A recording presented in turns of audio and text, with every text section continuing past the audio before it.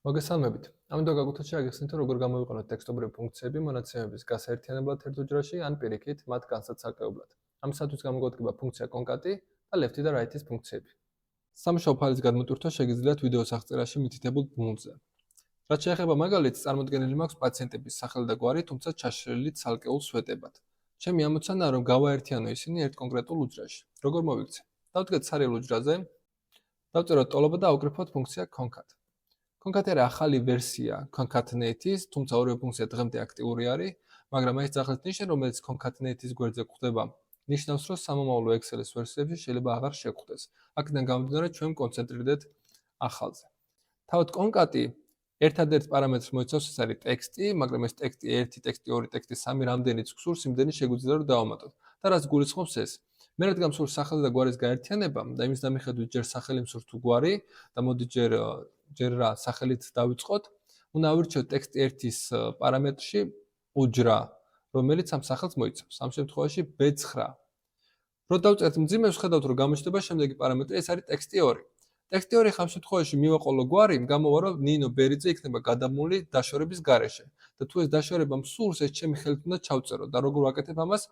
ტექსტობრივი input-ი, ასე ვთქვათ, შენატანი ფუნქციაში აუცილებლად უნდა იყოს მოქცეული ბრჭყალებში. და უნდა იყოს შემდეგი სახით გამოსახული, მაგალითად ბრჭყალი, space-ი და ბრჭყალი. მძიმე, ტექსტი 2-იც გვაქვს, ანუ ნინოს შემდეგ იქნება space-ი აუცილებლად და გვინდა გვარი. ამისათვის დავაკლიკებთ C9-ს, რომელშიც არის ნინოს გვარი წარმოდგენილი. ეს არის უკვე ტექსტი 3-ის პარამეტრი, დავხურეთ ბრჭყლით და დავწექით Enter-ს. და ვხედავთ, ხო ერთ უჯრაში წამოიღო ორივე მონაცემი. მოდი გადავავრცელოთ ეს ფუნქცია შემდეგ უჯრებზეც. ამისათვის მივიტანოთ უჯრის მარჯვენა ქვედა კუთხესთან მაუსი, გამოჩნდება შავი პლუსი და დაკლიკებით და ჩამორცელებით ფუნქცია გადავრცელდება.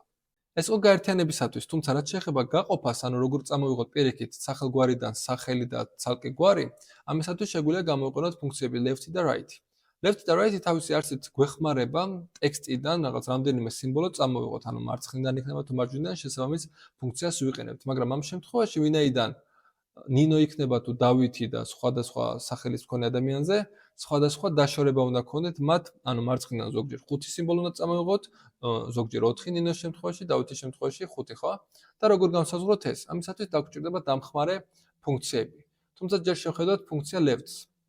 ბუნებრივია სახელის წამოსაღებად ვინაიდან სახელგვარი გვაქვს, დაგვჭირდება ფუნქცია left-ი და ვნახოთ რა პარამეტრები აქვს მას. ეს არის ტექსტი და number of characters. ტექსტი ამ შემთხვევაში ბუნებრივ უნდა იყოს უჯრა, საიდანაც უნდა მოხდეს ამ სიმბოლოების წამოღება, მძიმე და number of characters ნიშნავს რამდენი სიმბოლო წამოვიღო. ეხლა ნინოს შემთხვევაში უნდა იყოს 4, ხო? ნინო იქნება 4, დავხურავ ბრჭყილს, კი ბატონო.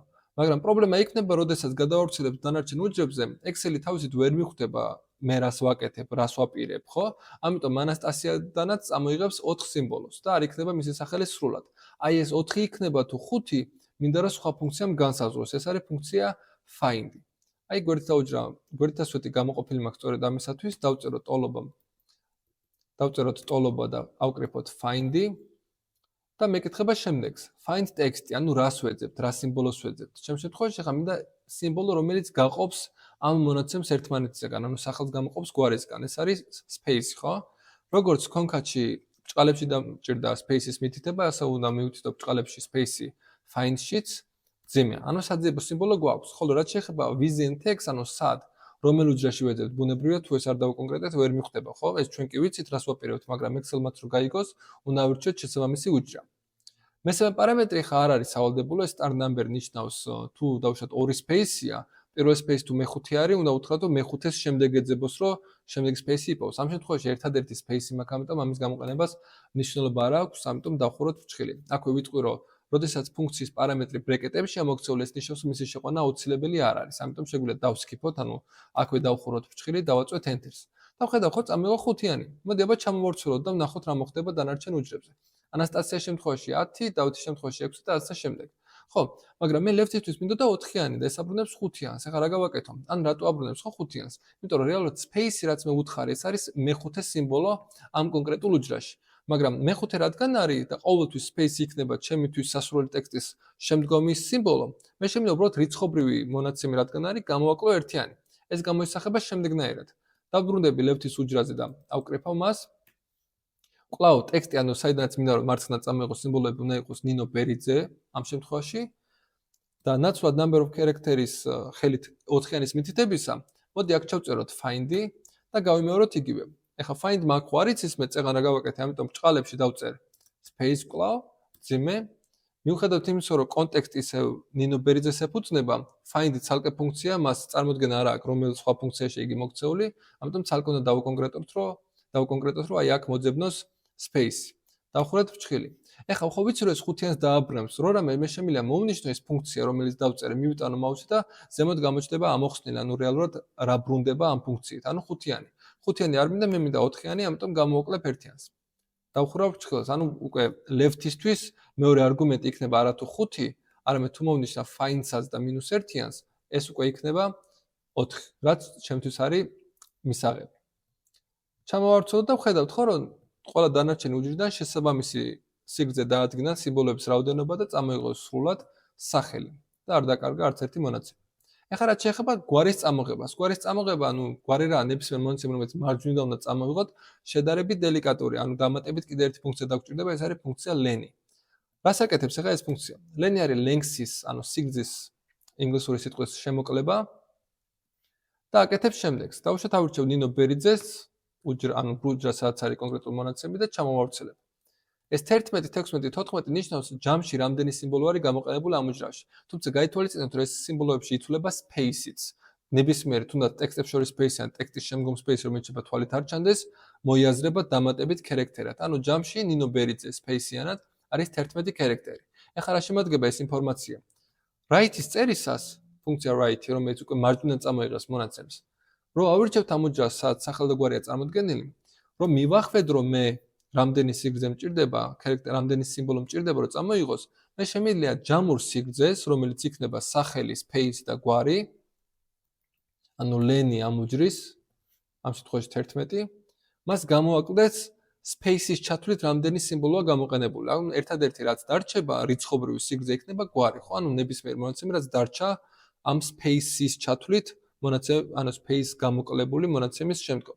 ამიტომ წერთ ფუნქცია find-ს მომიძებნოს კვლავ space-ი, ძიმე, მომიძებნოს აქ, ხო? ნუ კონტექსტი მიუხედავთ იმისა, რომ უკვე მესამეჯერ ვირჩევ ამ უჯრას, თითოეული ცალკეული ფუნქციისთვის ცალკე უნდა დაკონკრეტდეს. დავხურებ ჭხილი. ანუ len-ი ამ შემთხვევაში ნინო ბერიძეს case-ზე დააბრუნებს 11-ს, find დააბრუნებს 5-ს, მათი სხვაობა დააბრუნებს 6-ს, რაც იდეაში ზუსტად არის ნინო ბერიძეს გვარის სიგრძე. ამიტომ თავისუფლად გადავავრცელებ გვარის სვეტში ჩამოვარცელებ ფუნქციას და ვხედავ, რომ ყველა გვარი წამოიღოს სწორად. ანუ ეს იყო left-ით როგორ წამოვიღოთ მარცხნიდან მონაცემები და right-ით როგორ წამოვიღოთ მარჯვნიდან. სახელი იქნება, გვარი იქნება თუ ნებისმიერ სხვა ტიპის ინფორმაცია, შემდეგ შესაბამისი მეთოდოლოგიით შეგვიძლია რომ ვიხელმძღვანელოთ. მოდი ახლა კიდე ერთი მაგალითი განვიხილოთ, ეს არის კონკატი კვლავ, მაგრამ როგორ ავკინძოთ email მისამართი. ამისათვის წარმოვიდგინოთ შემდეგი case-ი. გვაქვს სახელდაგვარი ცალ-ცალკე ლათინური ასოებით წარმოდგენილი და მსურს შევქმნა შემდეგი ტიპის მეილი. ანუ სახელის პირველი ასო იყოს მხოლოდ წერტილი, გვარის სრულად და დავუშვათ zagluka@gmail.com. დაგვჭირდება კონკატი. ტექსტი ერთი ახლა ჩემს უნდა იყოს სახელის პირველი ასო, ხო, პირველი რაც უნდა გამოჩნდეს. თვითონ კონკატი, ანუ concatenate-ის შემოკლებული დასახელებაა და concatenate ნიშნავს შეერთებას, ხო, და ფუნქციაც შესაბამისად მუშაობს. ჯერ მინდა ავიღოთ სახელის პირველი ასო, ამიტომ მივმართავ ისევ ფუნქცია left-ს. left-ში უკვე მივუთითებ სახელის უჯრას და შემიძლია დავუკონკრეტო რომ წამოიღოს პირველი. თუმცა დააკვირდით left-ის მეორე პარამეტრი number of characters bracket-შია და მე თქვენ გითხარით რომ არ არის ზოგადად bracket-იანი პარამეტრის მითითება აუცილებელი, თუმცა არ ნიშნავს რომ რაღაც კონკრეტულს არ გააკეთებს იგი. ამ შემთხვევაში left-ისთვის მეორე პარამეტრის არ დაკონკრეტება ნიშნავს ავტომატურად რომ მარტო ერთი სიმბოლო წამოიღოს. მაგრამ მაინც რადგან ახლა ვეჩვევით რადგან ახლა ვსწავლობთ ამ ფუნქციებს, მოდი თვალ რომ მიეჩვიოს ერთიანს დავაკონკრეტებ, თუმცა სავალდებულო ბუნებრივი არ არის. ახლა რაც შეეხება ტექსტი 2. ჩემთვის ტექსტი 2 უნდა იყოს წერტილი. აქედან გამომდინარე, კვლავ ბრჭყალებს ვიძახებ, წერტილს წერ და ხურავ ბრჭყალს. სულ ერთი ხო space იქნება, წერტილი იქნება zagluka თუ ქვედატირე, რადგან ტექსტობრივი სიმბოლოა უნდა მოექცეს ბრჭყალებში, როდესაც ფუნქციაში წერთ მას. ძიმე და უკვე გადავდივართ მესამე ტექსტზე, ხო? ამ შემთხვევაში ეს უნდა იყოს გვარის სრულად. ძიმე და უკვე დავამთავრებთ zagluka@gmail.com-ით. ეს არის უკვე სრული ტექსტი. ამასაც დავწერ ბრჭყალებში zagluka@gmail.com. დავხურებ ჭყალი, დავხურებ ჭხილი. ესეც ასე. მოდი ჩამოვვრცელოთ და დანარჩენი кейსებიც ვნახოთ და ვხედავ რომ სწორად შესრულდა. ერთი პატარა დეტალიც განვიხილოთ, რომ უკეთ შეიკრას ეს საკითხი. თუ ფორმატი არ მომწონს და არ მინდა რომ ზოგი ლათინური ასო დიდი იყოს, ზოგი პატარა, მე შემიძლია გამოვიყენო შემდეგი ფუნქციები.